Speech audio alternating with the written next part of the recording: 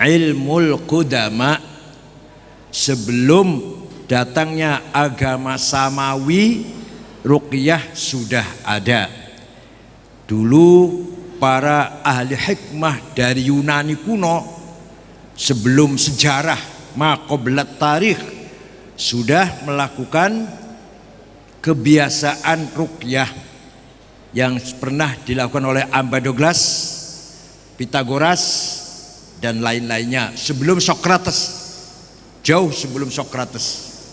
Begitu pula di India, Cina kuno, Mesir kuno, sebelum Nabi Musa, sebelum Fir'aunnya Nabi Musa, sudah ada tradisi ruqyah. Setelah datang agama Islam,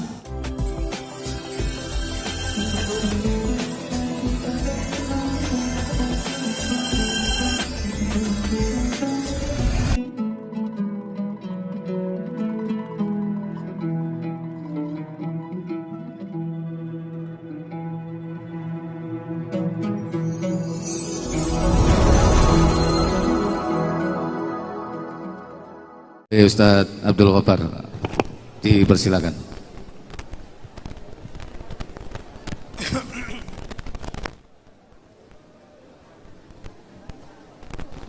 Bismillahirrahmanirrahim. Assalamualaikum warahmatullahi wabarakatuh. Naik gunung turun gunung, karena semuanya pakai pantun tadi itu. Naik gunung turun gunung, capek. Tapi alhamdulillah kita tidak capek. Alhamdulillahirabbil alamin, wassalatu wassalamu ala asyrafil anbiya wal mursalin wa ala alihi wa ashabihi minal ansari wal muhajirin. Amma ba'd. Oke teman-teman para praktisi Jam'iyah Ruqyah Aswajah, alhamdulillah kita tetap sabar. Kita sekarang berada di acara yang kita tunggu-tunggu, yaitu acara menimba ilmu. Kita akan seminar ini.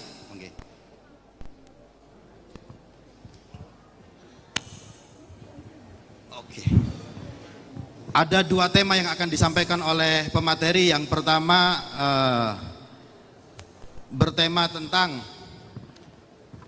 ruqyah dalam menangkal paham radikalisme di Indonesia, yang akan disampaikan oleh guru kita Dr. Insinyur Haidar Alwi MT. Kepada beliau kami persilakan untuk ke atas panggung, Dokter.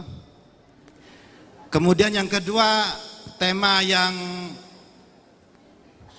berikutnya yaitu ruqyah dan peradaban, yang akan disampaikan oleh guru kita Syekhona Profesor Dr. Kiai Haji Said Agil Siraj MA. Monggo Kiai. Nggih, nggih.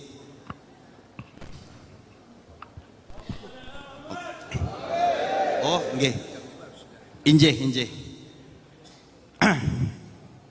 Ini karena kenapa ya?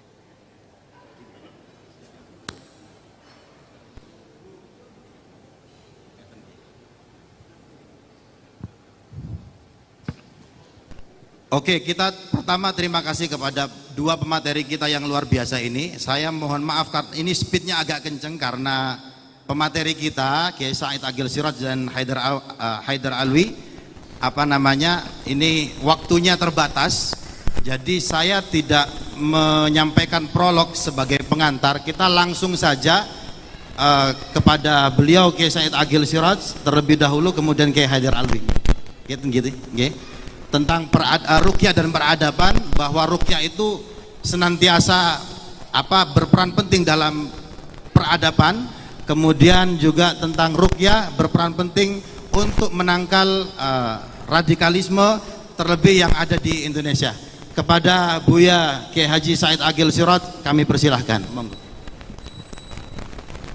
Assalamualaikum warahmatullahi wabarakatuh. Bismillah, alhamdulillah, wassalatu wassalamu ala sayyidina Muhammad Rasulillah wa ala alihi wa sahbihi wa man tabi'a sunnatahu wa jama'atah min yaumina hadha ila yaumil ba'thi wan nahdah. Sahibil fadilah akhil azizil muhtaram, sahibil ma'had, amanatil ummah, al-karib ibnil karim, hadratis syekh Kiai Haji Profesor Dr. Asef Saifuddin Abdul Halim, atalallahu baqa'ah dhuhrannana wal ummah wa atala umrahu fi sihhatin daimah. Hadratil muhtaramah sahibatil fadilah Ibu Nyai Hajjah Mahfudhah Abdul Wahab, a'azzahallah.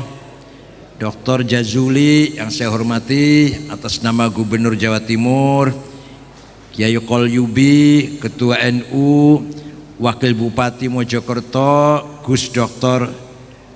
Barra Hafizahullah, narasumber Bapak Dr. Insinyur Haidar Alwi Ibn Syihab, dan pimpinan Yayasan Jam'iyah Ruqyah Aswaja Gus Abdul Wahab, senior kita semua Kiai Haji Agus Salim dari Cikarang, Bekasi, Bapak Ibu sekalian, sadati wa sayyidati, anisati, ashabi wa zumalai, abnai wa banati, ayyul hudur. Ruqyah merupakan ilmul awail, ilmul qudama. Sebelum datangnya agama samawi, ruqyah sudah ada. Dulu para ahli hikmah dari Yunani kuno, sebelum sejarah maqoblat tarikh, sudah melakukan kebiasaan ruqyah yang pernah dilakukan oleh Ambadoglas, Pitagoras, dan lain-lainnya sebelum Sokrates, jauh sebelum Sokrates. Begitu pula di India, Cina kuno, Mesir kuno, sebelum Nabi Musa, sebelum Fir'aunnya Nabi Musa, sudah ada tradisi ruqyah. Setelah datang agama Islam, terjadi perubahan revolusi akidah, maka Rasulullah wanti-wanti jangan sampai ruqyah mengandung kemusyrikan, kesyirikan.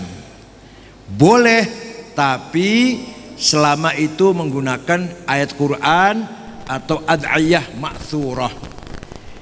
Akan tapi perkembangannya, suatu ketika Siti Aisyah sakit, diruqyah oleh seorang perempuan Yahudi. Kemudian ayahandanya Sayyidina Abu Bakar melihat, melihat. Abu Bakar tanya, apakah kamu meruqyah, wahai orang Yahudi, apakah kamu meruqyah dengan kitabullah? Iya, kitab Taurat maksudnya. Kalau begitu boleh, kalau begitu sah-sah saja. Perkembangannya kemudian perselisihan para ulama. Kesimpulannya Imam Abu Hanifah membolehkan dengan sangat luas ruqyah dalam Islam, baik dengan ayat Quran, dengan ad'iyah ma'thurah, atau dengan bahasa yang bukan Arab. Kalau Syafi'i mensyaratkan harus Arab, Syafi'i. Abu Hanifah walaupun tidak dengan bahasa Arab boleh. Kenapa? Karena pada prinsipnya umat Islam semuanya sudah tauhid. Semuanya sudah tauhid, sudah la ilaha illallah. Selain itu makhluknya Allah, selain itu ciptaannya Allah. Ruqyah dalam sejarah disebut salah satu ilmu hikmah yang dimiliki oleh para gnosis atau mistis ya, gnosis, mistis, gunusiyah, batiniyah dalam sejarah. Maka lahirlah beberapa teori aufak. Hatta Imam Ghazali punya aufak yang konon katanya, saya sendiri belum pengalaman, hanya bisa ngomong aja ini. Ada ayat Quran yang kalau dijadikan raja bisa menghidupkan orang mati. Baca itu aufaknya Imam Ghazali, ada itu di situ. Begitu pula ada kitab Mandil Sulaiman, sapu tangannya Nabi Sulaiman. ada bacaan-bacaan dari para ulama-ulama, aulia-aulia yang kita kenal dengan ahzab, hizib-hizib, hisan ya, hisan, benteng, hizib Imam Nawawi, Imam Syadili, banyak lagi lah imam-imam yang lain, kita semua tahu. Nah, oleh karena itu kesimpulannya, ruqyah merupakan khazanah hadariyah lil muslimin. Ruqyah adalah culture capital, ya, kapital budaya bagi kita umat Islam, wabil khusus orang ahli sunnah jamaah Nahdliyin. Maka kewajiban kita harus melestarikan, harus menjaga agar ruqyah terus ada langgeng ila yaumil. Kita ini mempunyai kekayaan ats-tsarawatul ijtimaiyah, sosial capital, kekayaan masyarakat yang luar biasa. Pesantren sini Haja Amanatul Ummah santrinya 14.000. Itu nanti punya bapak dan ibu tambah 2 kan, berarti berapa itu berarti?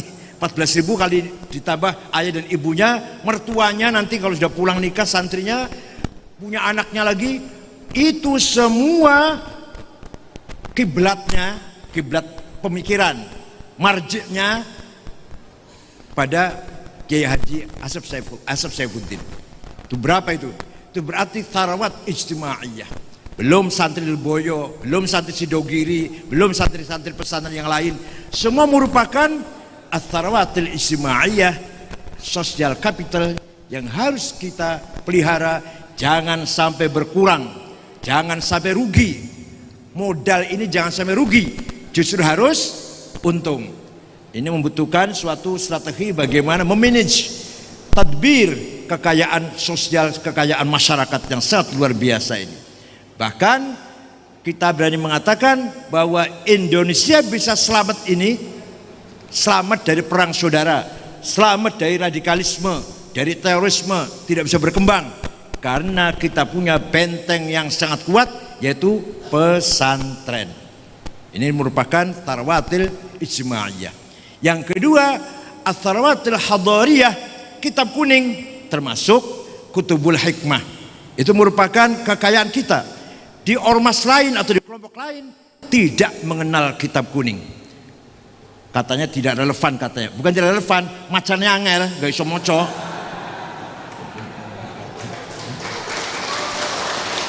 Apalagi masalah ruqyah harus tirakat, karena harus tirakat, harus dilakoni. Males itu mereka ini. Nah, itu namanya tsarawatsil hadariyah.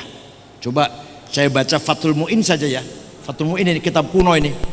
Faslun fil jihadi wa huwa fardu kifayatin marratan fi kulli am wa anwa'uhu arba'atun itsbatu wujudillah wa iqamatu syari'atillah wal qitalu fi sabilillah wa daf'u darari ma'sumin musliman kana aw ghaira muslimin bil it'ami wal iksa'i wal iskani wa thamanid dawa'i wa ujrati tamrid. Coba kitab kuning masih relevan tidak kalau kita baca sekarang? Apa artinya? Pasal ini menjelaskan jihad. Jihad hukumnya fardu kifayah.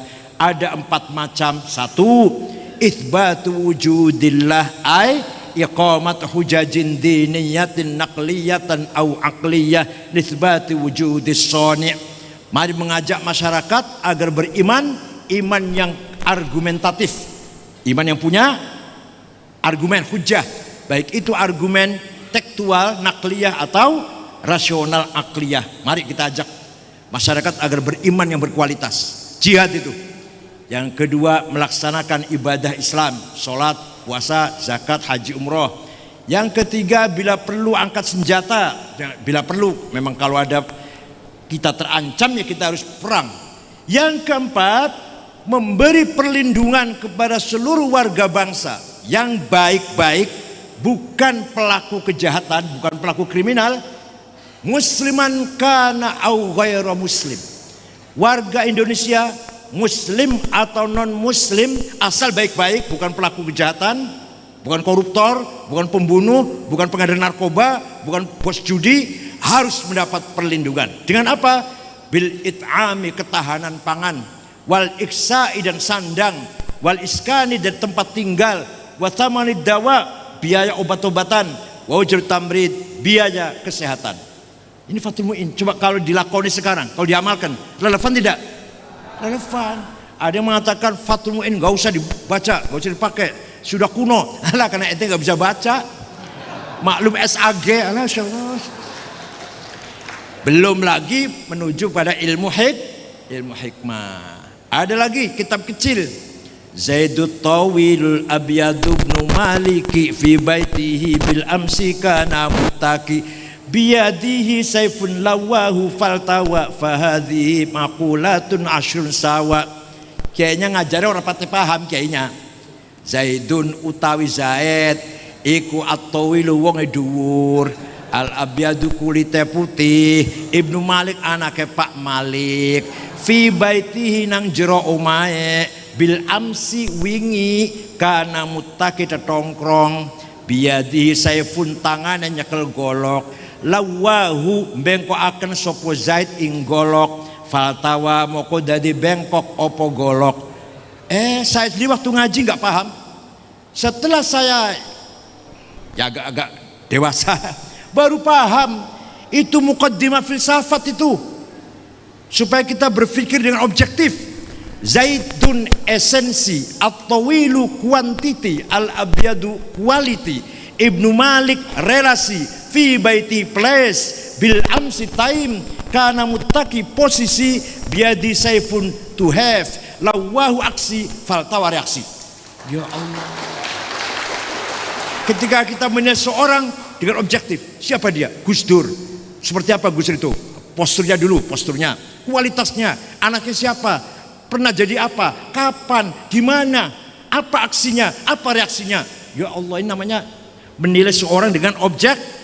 Itu dengan Zaidut Tawilul Abyadu ibnu Maliki fi baitihi bil amsi kana muttaki biyadihi saifun lawahu faltawa fahadhihi maqulatun ashrun sawa. Belum lagi ilmu hikmah yang diamalkan oleh para wali. Jadi ringkas cerita, ini kalau nggak ringkas 2 tahun cerita ini.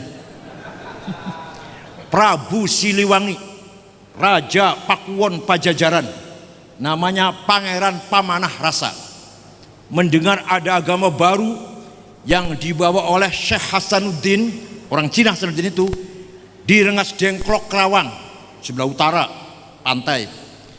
Beliau ahli qiraat Quran, maka disebut Syekh Qura, ahli qiraat. Prabu Siliwangi dari selatan, dari daerah Ciamis, Kawali, berangkat ke utara, mau saya bunuh ini, apa ini agama baru. Sampai di sana ada santrinya perempuan sedang baca Quran, suaranya enak, lagunya enak, dilihat kutilang kuning tinggi langsing. Insyaallah. Ini golek aneh lagi. Namanya Subang Larang, langsung klepek-klepek. Jangankan wong bunuh, malah jatuh cinta, ngelamar. Untuk saya saja Kiai Haji, Pak Haji, ya silakan, syaratnya kamu masuk Islam. Udah masuk Islam. Nah, ada mas kawinnya apa? Lintang kerti tasbih. Udah saya cari pasar, nggak ada di sini, di sana di Arab adanya. Udah saya terbang. Sampai sudah nggak kuat itu, sudah ngebet banget. Keluar dari rumahnya Syekh Qura menuju pesisir, Hong. Biasanya terbang, kalau ngomong Hong itu macet. Hong, orang nggak bisa terbang. Hong, macet. Kata Syekh Qura, kalau mau terbang, karena kamu sudah Islam, Bismillahirrahmanirrahim. Hong, Hongnya dibaca. Nur dia. Bismillahirrahmanirrahim. Hong, terbang. Ringkas cerita, nggak lama datang bawa tasbih, terjadi pernikahan Prabu Siliwangi dengan muslimah namanya Subang Larang binti Ki Gede Tapa, dari Cirebon aslinya, bukan dari Mojokerto, dari Cirebon. Nanti akan punya anak nomor 1 namanya Walang. Beda-beda tapi semuanya soleh semua, orang baik-baik lah. Diambil semua ilmunya ini. Nah, kata bapaknya, kalau kamu ingin sakti, sana cari guru, jangan sama ibu, cari guru yang hebat-hebat. Maka dia berguru pada Dampu Awang atau Ki Ageng Naga, dan lagi pergi ke Danustela atau ke Gede Alang-alang atau Danuwarsih, kemudian pergi lagi Syekh Nurjati atau Syekh Datul Kahfi atau Pangeran Cakrabuana dari Cirebon, dan pergi lagi ke Syekh Kuro. Maka gurunya Walang Sungsang 6, yang 4 Hindu dan Buddha, yang 2 Islam. Itu Walang Sungsang yang terkenal dengan Syekh Somadullah dan menjadi kepala Cirebon, Kuwu Cirebon, Kuwu itu bupati lah. Beliau punya aji-aji 3, kesaktian 3. Satu namanya Aji Dipa, bisa paham bahasanya binatang seperti Nabi Sulaiman. Yang kedua Aji Niti Murti, apa? Bisa kelihatan besar. Kalau dia mau, dia bisa sebesar gunung lah, besar sekali, raksasa lah. Namanya Aji Niti Murti. Yang ketiga Aji Halimun, bisa menghilang. Ini mudah-mudahan ini orang rukyah ini bisa ngilang semua nih. Tapi hati-hati nanti ilmunya Halimun untuk menghabiskan Alfamart nanti. Itu Walang Sungsang yang sakti mandraguna, putra Prabu Siliwangi dari ibu yang muslimah namanya Subang Larang. Kemudian anak yang ketiga namanya Syekh Rahmatullah yang menjadi raja di Garut, namanya Prabu Kian Santang, yang nanti akan mengislamkan seluruh suku Sunda, kecuali ada satu patih nggak mau Islam tapi nggak ganggu Islam, namanya Patih Pucukumun, tetap memegang agama Karuhunan Sunda Wiwitan, dan sekarang masih ada di mana, suku Baduy di Lebak atau Malimping, Lebak, Banten. Yang terakhir anaknya perempuan namanya Rara Santang atau Syarifah Mudaim, dinikah oleh Habib dari Gujarat namanya Habib Abdullah Azmat Khan. Nanti punya anak Syarif Hidayatullah Sunan Gunung Jati. Jadi Syarif Hidayatullah itu kalau dari ibunya cucu Prabu Siliwangi, Prabu Pamanah Rasa. Tapi kalau dari ayahnya min ahlil bait Azmat Khan. Ada yang bilang, "Alah, Azmat Khan itu bukan Habib." Habib berpore penting Sunan Gunung Jati, Azmat Khan. Enggak penting mau Habib mau enggak. Yang penting Azmat Khan, yang penting Sunan Gunung Jati, Sunan yang telah berhasil mengislamkan seluruh Jawa Barat. Caranya gimana? Nah, caranya antara lain jampi-jampinya orang Cirebon dimacetkan, kecuali seperti tadi itu, Hong tadi itu, kecuali dimulai dengan Bismillahirrahmanirrahim, diakhiri dengan La ilaha illallah Muhammadur Rasulullah. Kalau ada orang, kalau ente mau dipanggil polisi, panggil Kapolsek dan Ramil, baca Bismillahirrahmanirrahim. Gajah warak macan galak anak-anak ilam beku teka wedi teka gemeter sekabe ongkang krungu omongku la ilaha illallah Muhammadur Rasulullah. Nanti dan Ramil yang tadi mau marah lemes jadinya, masya Allah.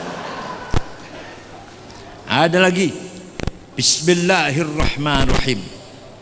Bis teguh mil kuat la rosa, teguh kuat rosa kersana Allah. Bis teguh mil luput laura papa, di bahasa Cirebon ora papa. Oh, jangan diganti ora popol, nanti enggak menjarap. Ora apa. Teguh kuat ora luput ora papa kersana Allah. Bis teguh mil kuat. Gimana terusnya? Tan Budiana. Ya, siratan Budiana. Ini kesaktian yang luar biasa. Dengan baca Bismillahirrahmanirrahim diperencil-perencil. Bis teguh mil kuat lah rosa, was teguh kuat rosa kersane Allah. Bis teguh mil luput lah ora apa-apa, teguh kuat ora apa-apa kersane Allah. Bis teguh mil tan budiara ganira. Jadi kamu nggak ini cerita bukan ijazah, bukan. Ini cerita. Wah, apalagi kalau punya istri lagi lari-lari, bacakan Bismillahirrahmanirrahim, tila-tili jabang bayanak yang peliwat dan seterusnya loh, udah bisa tergila-gila nanti istri itu. Walhasil kesimpulannya kita bertanggung jawab melanggengkan tharawatunal hadariyah, khazanah, kekayaan khazanah peradaban kita. Biarkan orang lain tidak mau, kita mau. Biarkan orang lain gak doyan, kita doyan. Bukan hanya doyan, kita pertahankan. Dan kalau saya tadi ditunjuk menjadi pembina dengan Habib Alwi, Haidar Alwi dan Kiai Asep, saya siap untuk mempromot rukyah-rukyah ini ke dokter-dokter Cina. Di sana RT tidak meninggalkan perobatan tradisional di samping medis. Jepang, jadi budaya Cina terjaga.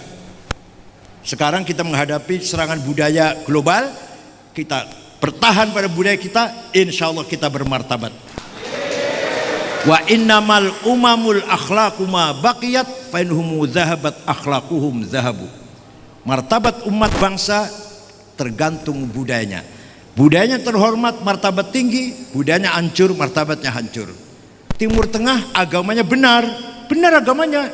Suriah, Irak, Libya, Yaman, Afghanistan, tapi budaya hancurlah martabatnya. Jepang agamanya nggak jelas. Yahudi bukan, Kristen bukan, Islam bukan, Hindu bukan, Buddha bukan, Konghucu bukan, Shinto, tapi budayanya tinggi, bermartabat bangsa Jepang itu. Jadi mari kita syukur-syukur agamanya Islam, Ahlussunnah wal Jamaah, kaya dengan budaya, kaya dengan kelebihan-kelebihan yang membedakan antara kita dengan yang lain. Ini antara lain dengan kekayaan kita, ruqyah yang kita jalankan ini. Insyaallah ala barakatillah, ala ma'unatillah, wa fi dhimmatillah wa kana fi. Kita selalu di dalam genggaman Allah. Kita selalu dilindungi, ditolong oleh Allah Subhanahu wa taala. Tapi jangan lupa kalau kita baca doa harus dimulai dengan sholawat, dipungkasi dengan sholawat. Sholawat itu pasti diterima. Dimulai dengan sholawat. Kemudian tengah-tengahnya minta apa sajalah. Minta istri cantik, minta istri minta istri kaya. Nah terus diakhiri dengan sholawat lagi. Itu mudah-mudahan dengan adanya dua sholawat awal dan akhir, sing tengah-tengah ini terkabul juga. Sholawatnya pasti terkabul. Sing tengah-tengah itu loh, mudah-mudahan kecangkin oleh sholawat. Itu. Makanya Kiai kalau berdoa pasti dimulai dengan Allah Sayyidina wa habibina syafiina wa habibina karmina Muhammad, kan gitu. Nanti diakhir dengan wa sallallahu ala, kan itu. Artinya apa? Sholawat di awal, sholawat di akhir akan menarik yang tengah-tengah. Kita minta apa? Minta kaya, minta laris, minta pangkat, minta selamat, minta sembuh, dan seterusnya. Saya kira itu saja. Diteruskan oleh Habib Haidar Alwi bin Syihab, insinyur doktor dari ITB, tapi juga memahami tentang ruqyah ini. Syukran wa dumtum fil khair barakati wan najah. Selamat bermunas ya. Mudah-mudahan menghasilkan keputusan yang bermanfaat. Syukran wa dumtum fil khair barakati wan najah. Wallahu a'lam bishawab. Wassalamualaikum warahmatullahi wabarakatuh. Alhamdulillah, terima kasih Kiai yang tadi setelah menjelaskan panjang lebar betapa ruqyah itu senantiasa berjalan bersama dengan peradaban, dan kita tadi dipesani untuk senantiasa menjaga hasanah kekayaan peradaban kita. Tadi juga disampaikan kita sudah diijazahkan mantra-mantra Jawa. Hafal nggih? Kalau nggak hafal satu mantranya wesi ya wesi. Nah, tenan. Ini mohon maaf karena tadi sudah dibisik-bisiki Habib Dr. Insinyur Haidar Alwi juga ini dikejar-kejar waktu. Jadi saya tidak menyampaikan prolog Habib, kalau langsung persilahkan untuk menyampaikan. Yun sewu. Saya berdiri aja. Bismillahirrahmanirrahim. Assalamualaikum warahmatullahi wabarakatuh. Karena jam 10 malam nanti saya masih ada kesibukan, jadi jam 19.40 saya harus segera berangkat. Jadi saya ringkas saja. Saya ingin, ini agak grogi sedikit di depan guru saya, ayah saya, abang saya, segalanya buat saya nih Kang Said ini dari dulu. Jadi gini, saya ingin menambahkan betapa pentingnya sholawat. Jadi Allah, sedikit aja, Allah itu saat memerintahkan umatnya untuk sholat, untuk zakat dan lain sebagainya, itu selalu aqimis sholat, zakat dan lain sebagainya, haji. Tapi pada saat Allah memerintahkan hambanya untuk bersolawat, itu dimulai dari Allah. Lihat ayatnya, innallaha wa malaikatahu. Jadi Allah duluan. Kalau sholat enggak, sholat, puasa dan lain sebagainya itu selalu disebutkan, wahai orang-orang yang beriman, sholatlah kamu, wahai orang beriman, puasalah kamu. Tapi kalau sholawat enggak, innallaha wa malaikatahu, Allah dan seluruh para malaikat. Jadi betul kata Buya Kang Said saya ini, Kang Said, Kiai Said, betul bahwa luar biasa sholawat ini. Innallaha wa malaikatahu yusholluna ala nabi. Allah dan para malaikatnya sholawat duluan, baru ya ayyuhalladzina amanu sallu alaihi wasallim taslima. Jadi jelas fungsi sholawat seperti yang disebutkan oleh Kang Said tadi memang luar biasa, apalagi dari tenaga-tenaga ruqyah. Saya tidak ingin bicara di situ karena itu bukan ranah saya. Saya hanya ingin bicara, saya tahun 2018 ikut Kongres Umat Islam November di Teheran sama di Qatar. Saat itu saya masuk Komisi A, di situ yang hadir itu rata-rata pemimpin negara saat itu, dan saya diminta untuk mewakili Komisi Asia Timur. Jadi di situ saya bicara ke Pak Jokowi tanggal 1 April 2019. Saya bilang pada saat saat kongres itu diputarkan film ini, saya ingin cerita sedikit tentang bagaimana Indonesia kita ini diputarkan satu film tahun 2016. Pernah ISIS laknatullah itu mengadakan, kalau saya bilang ISIS itu laknatullah dan jenggot asu, maaf jenggot asu. Jadi ISIS itu jenggot asu ini mengadakan satu lomba, ada 167 orang dijejerin, ditengkurepin begini. Habis itu ada wasitnya 3 orang di ujung sana. Begitu disemprit gitu, Agojurnya datang minggir begini, mohon maaf, mungkin kepala rambutnya kan ditelungkepin begini, rambutnya ditarik, habis itu digorok, setelah putus lehernya ditaruh di depan leher yang sudah putus. 167 orang yang dieksekusi itu, wasitnya ya 3 orang itu keliling kayak Indonesian Idol itu, nilai, gong pengumuman nomor 1, 2, 3 paling sadis dari Indonesia. Jangan main-main dengan radikalisme di Indonesia. Nomor 1, 2, 3 paling sadis dari Indonesia, itu real. Jadi ini saya bilang yang bisa menangkal radikalisme di Indonesia itu hanya satu. Siapa? NU. NU yang hanya bisa menangkal radikalisme, terutama yang berguru kepada Kang Said, maksud saya itu. Kalau yang nggak berguru dengan Kang Said susah. Jadi NU yang hanya bisa. Nah, kembali ke Ruqyah Azwaja ini, Jamiah Ruqyah Azwaja, saya ada tulisan, ada 10. Kalau saya sebutin satu-satu di sini nggak sempat. Saya minta tadi Pak Ketua Panitia untuk saya PDF-kan, nanti di print, tolong dibagikan. Jadi intinya begini, kenapa kita harus mempertahankan mati-matian Indonesia kita ini dari para jenggot asu? Kenapa? Pertama, saya ini S1 elektro, S2 elektro, ambil pembangkit di Schenectady di Amerika. Jadi latar belakang saya fisika semua. Jadi kalau kita bicara masalah jin, itu bicara masalah elektron. Jadi kalau kita belajar, belakang kita ini ada namanya tulang belakang, itu paralon, kayak paralon. Isinya di dalam paralon ini adalah 6,8 miliar saraf. 6,8 miliar saraf. Saraf ini dari tulang belakang naik, masuk langsung ke otak. Nah, 6,8 miliar saraf ini, otak itu kita begini aja ini, begini. Itu 18 juta saraf yang diperintah oleh otak untuk bergerak. 18 juta.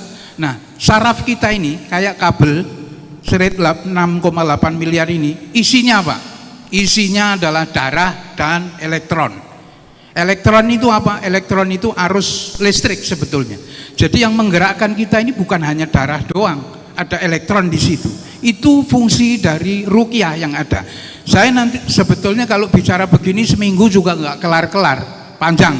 Saya sedang nulis satu disertasi masalah korelasi antara teori Einstein, Stephen Hawking dengan ilmu gaib. Nanti bukunya mungkin akhir tahun ini keluar. Jadi begini, kalau salah kabel yang lewat di sini itu elektron, kenapa kita disetrum mati? Disetrum itu sama persis dengan kita diinjek darah ribuan liter. Jadi karena ada arus elektron yang masuk ke dalam tubuh jumlahnya banyak, maka kita meninggal. Seperti kita disuntik darah langsung diinjek di sini, satu tangki minyak bensin itu, satu tangki besar itu, truk itu diinjek langsung, kan kita mati. Nah begitu juga dengan listrik tadi. Nah listrik ini kalau kita bicara, kita korelasikan, ada korelasinya. Di Quran surat Jin ayat 6 kita bicara bahwa memang ada orang-orang tertentu yang bekerja sama. Tapi di sini lagi saya teliti kenapa Allah menyebut jin di situ bekerja sama adalah laki-laki dari golongan jin dan laki-laki dari golongan manusia. Kenapa disebut laki-laki? Itu lagi saya pelajarin. Kenapa yang bisa kerjasama dengan jin itu hanya laki-laki manusia dan hanya laki-laki dari pihak jin. Itu ada di Quran surat Jin ayat 6. Nah kembali ke ruqyah tadi, saya keliling Indonesia banyak mendapati para jenggot asu itu langsung membid'ahkan teman-teman kita, saudara-saudara kita dari NU. Kamu ruqyah itu haram hukumnya. Kenapa? Karena kamu tahlilan, karena kamu ke kuburan, karena kamu kemana-mana, itu haram hukumnya, makanya jadi penyakit. Dan ini yang hanya bisa melawan adalah Jamiah Ruqyah Azwajah. Ke depan ini, nggak ada yang lain. Saya tadi bicara ke Pak Ketua Umum bahwa Jamiah Ruqyah Azwajah ini adalah masa depan bangsa. Bisanya kalau kita bicara masalah penjagaan fisik, itu ada Banser. Tapi penjagaan fisik dan non fisik itu ada di JRA. Itu aja. Jadi yang harus kita jaga. Nah sekarang kembali, kenapa Indonesia kita ini harus kita jaga? Indonesia kita ini pada saat saya kongres itu, kata teman-teman 176 negara, bukan Islam aja di situ, dia bilang, Pak Haidar, Indonesia ini adalah negara terkaya di dunia. Saya tambahin waktu ketemu Pak Jokowi, saya bilang di dunia dan akhirat, saya bilang gitu.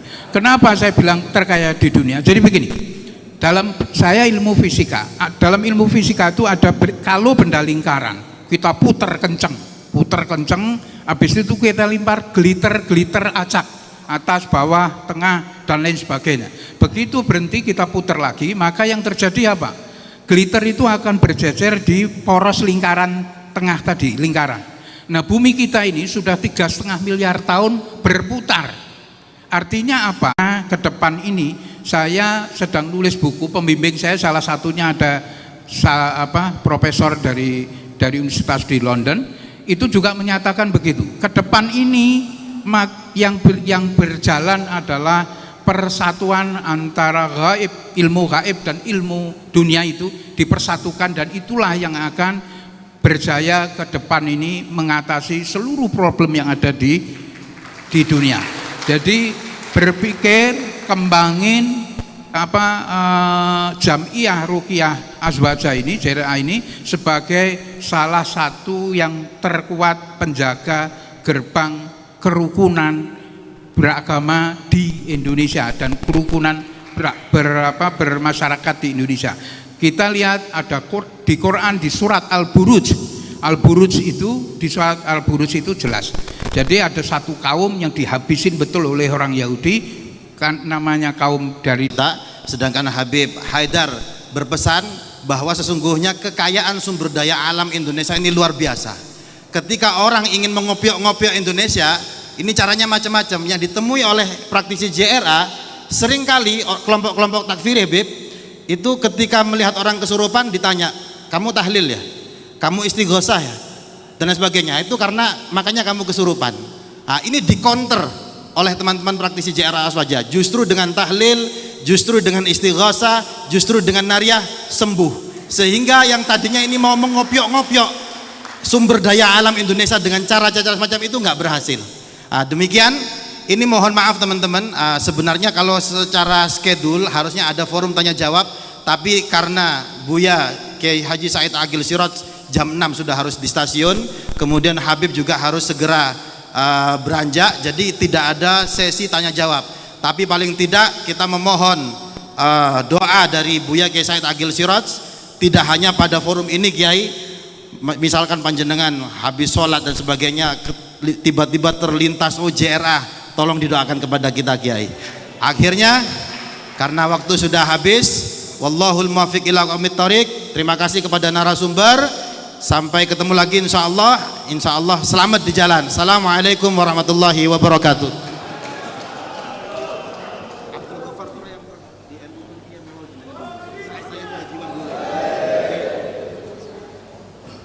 Terima kasih.